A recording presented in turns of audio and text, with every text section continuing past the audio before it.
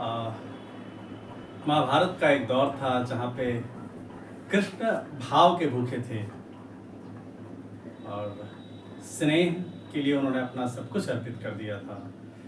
पर एक पक्ष ऐसा भी था जो केशव को बांधने चला था। आज भी कुछ लोग इस तरह से हैं, कौरव और पांडव के भाव युक्त जीवन जी रहे हैं।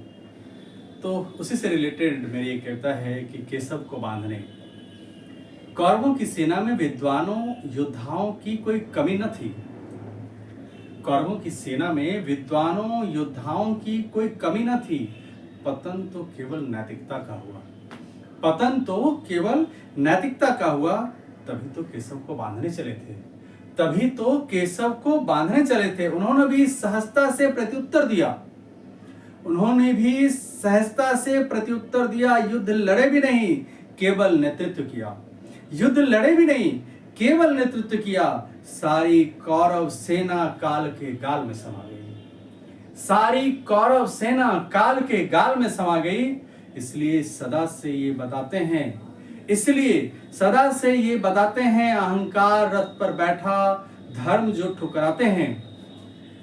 इसलिए सदा से ये बताते हैं, अहंकार रथ पर बैठा धर्म जो ठुकराते हैं। शक्ति चाहे जितनी हो अंततः हार जाते हैं। शक्ति चाहे जितनी हो अंततः हार जाते हैं। जहां नीति मौन हो जाए विनाश वहीं पनपता है। जहां नीति मौन हो जाए विनाश वहीं पनपता है। अन्याय का महल भी अंत में ढहता है।